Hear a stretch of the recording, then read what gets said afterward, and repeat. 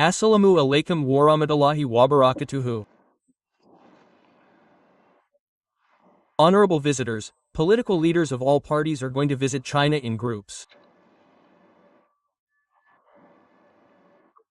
These visits are usually led by the Chinese Communist Party.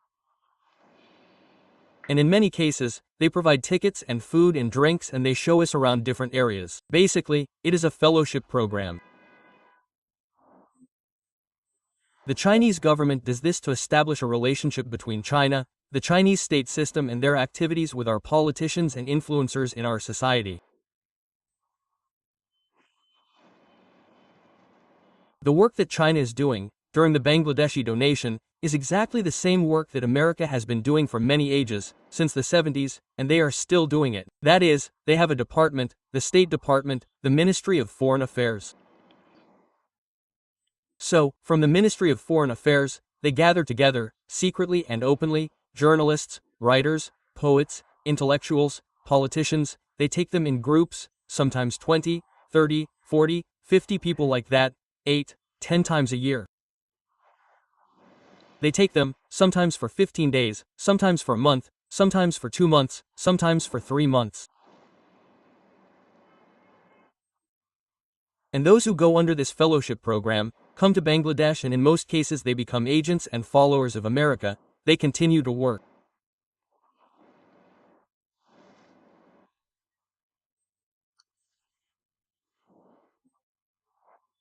In this way, from the Pakistan era to the present, the number of those who have received this fellowship of the State Department of America is in the thousands, and among these thousands of those who have received fellowships, those who can come to the forefront are later seen as the most recognized agents of America, as pro-Americans. They receive the grace or blessing of this social America.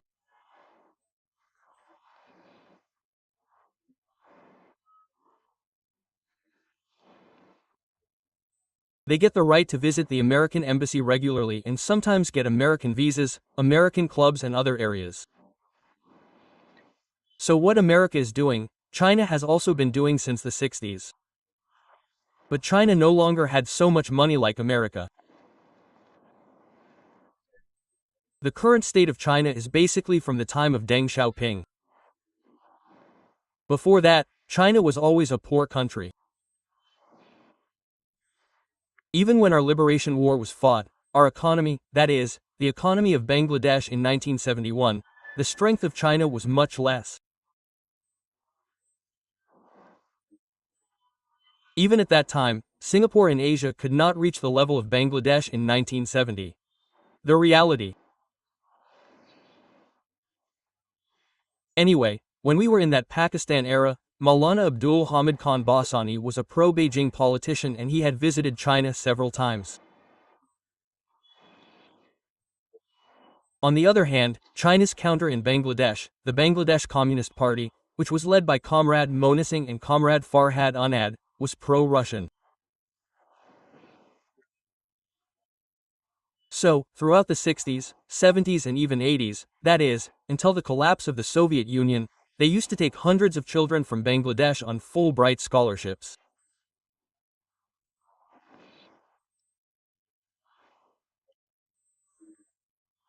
After passing intermediate, they took hundreds of people from Bangladesh to various Russian universities in Russia, at that time the Soviet Union, as engineers and doctors, and BUET friends were an alumni, and all those doctors and engineers are now in different levels of society.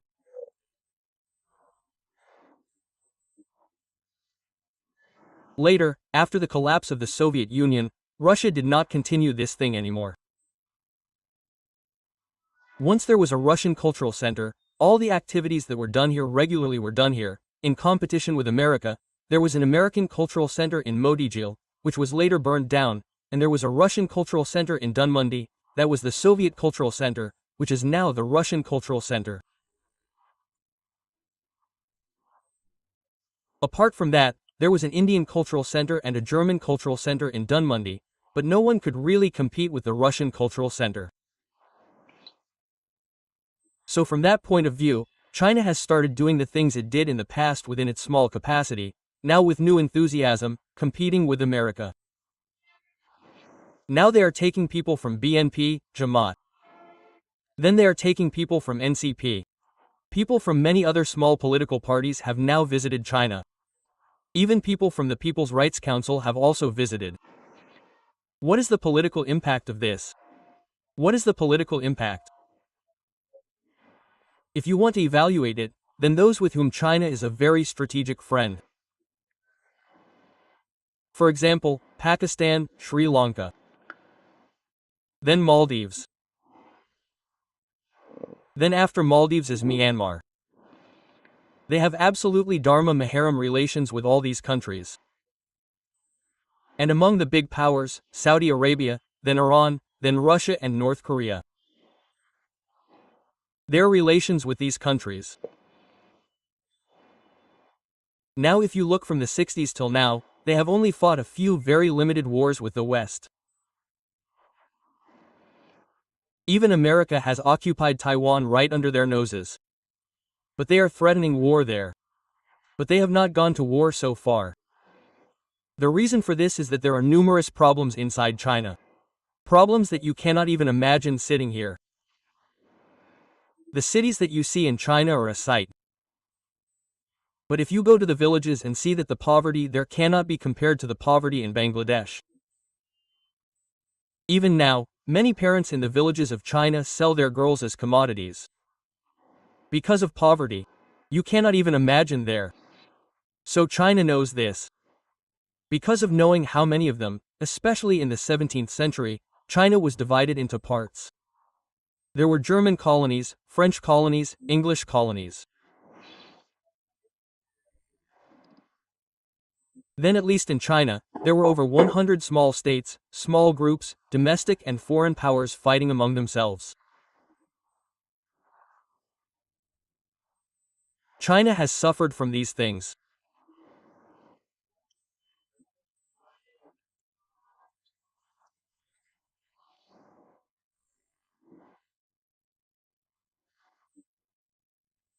Again, the revolution that took place during Mao Zedong's era, for many years of that revolution, the 50s, 60s, and even until the mid-80s, they were facing brutal poverty, unimaginable poverty.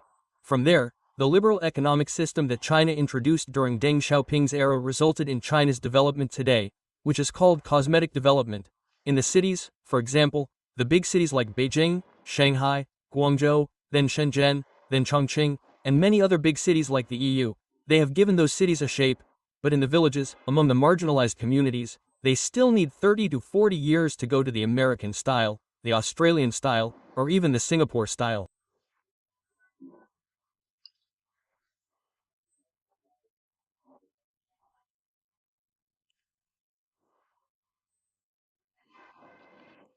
And civil rights are out of the question.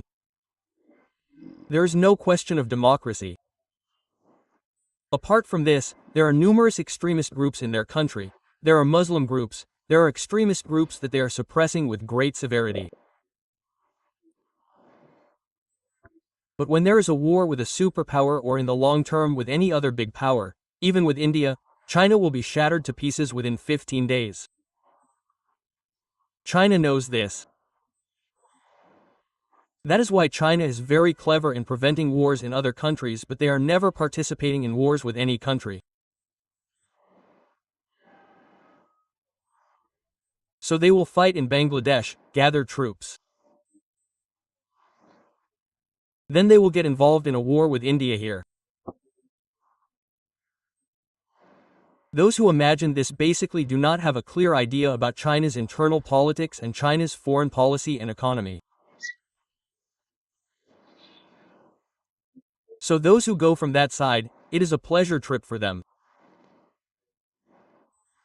And China is basically doing this work so that whoever comes to power, Chinese investment, their business and trade relations with China are not ruined.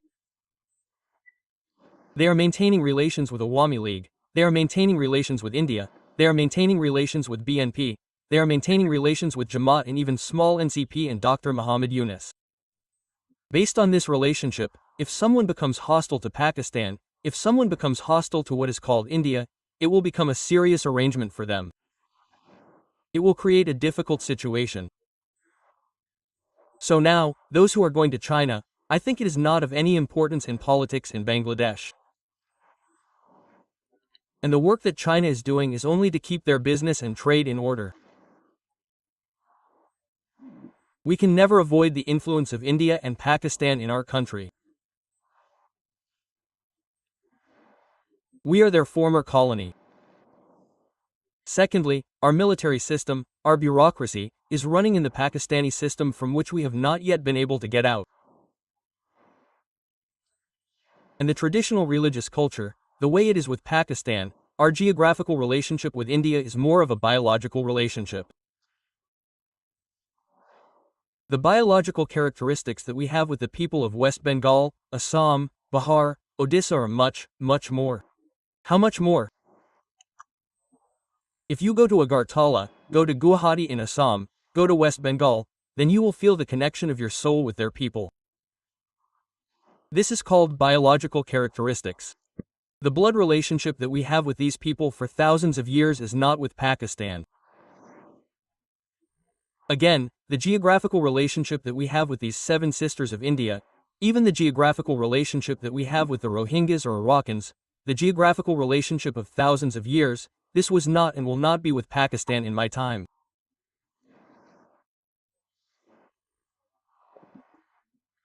So this is a religious culture, just like we have with Pakistan, we have never had and will never have with India.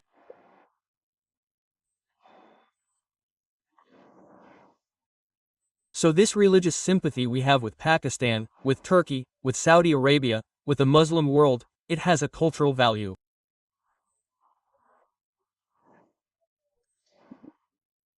The first ones to understand this value were the Tamuddin Majlis of Bangladesh. I repeat, they understood this and they wanted to establish a relationship between the Pakistani culture and Islamic culture and Tamuddin with the Tamuddin of Bangladesh, and through that they wanted to make an Islamic revolution, which was a cultural revolution, not a political revolution.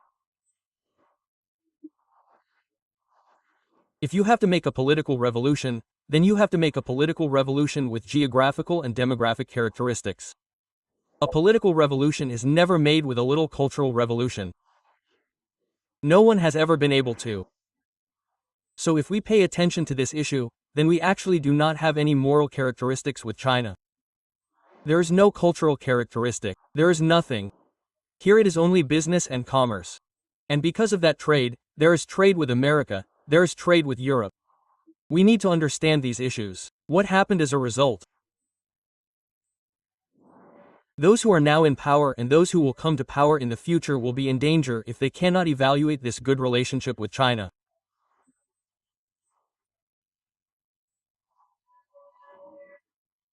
The way Sheikh Hasina was in danger, Sheikh Hasina fell into the temptation of China, and because of falling into the temptation, she could not rebuild the relationship that was said to have been ruined with India or Delhi and even with West Bengal.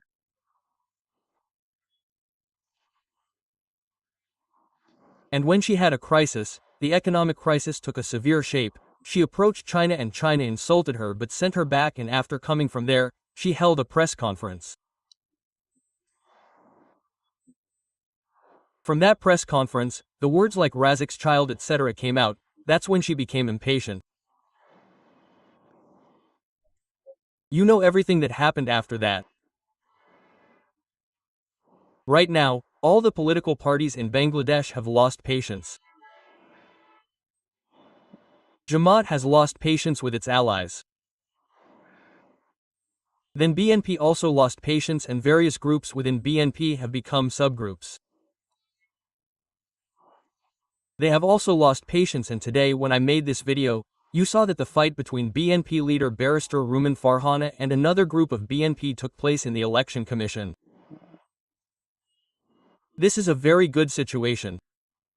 This is just an external form of the accumulated anger that we have, that accumulated anger. The same thing will happen to BNP, BNP with NCP, BNP with Jamaat, Jamaat with the so-called Communist Party. These things will gradually happen.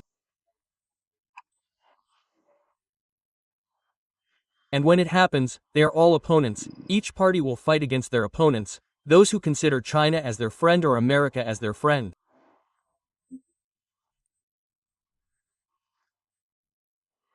They will consider the West as their friend. They will throw these people into the field at the right time and they will run away. And we will be in danger. And in that time of danger, if someone sneaks in and does something sneakily, if we keep slapping ourselves in vain, it will not be of any use. Therefore, be careful and be pious. May Allah Almighty guide and protect us all. Assalamu alaikum warahmatullahi wabarakatuhu.